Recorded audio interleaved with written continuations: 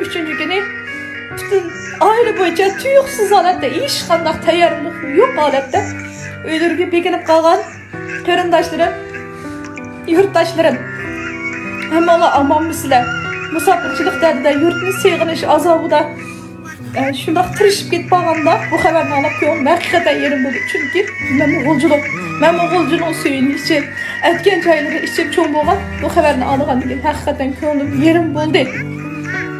Çünkü benim qarindoshlarim, ota-onam, farzandlarim G'uljida.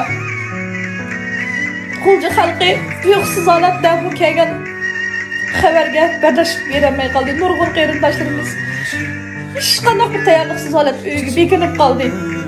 G'ayrat qilayli ish o'tab ketadi bu kunlar. Dehqonlar dehqonchiliklarni texnik yig'ib bo'lamagan, kuzlik bug'doylarni terib bo'lamagan. 抖音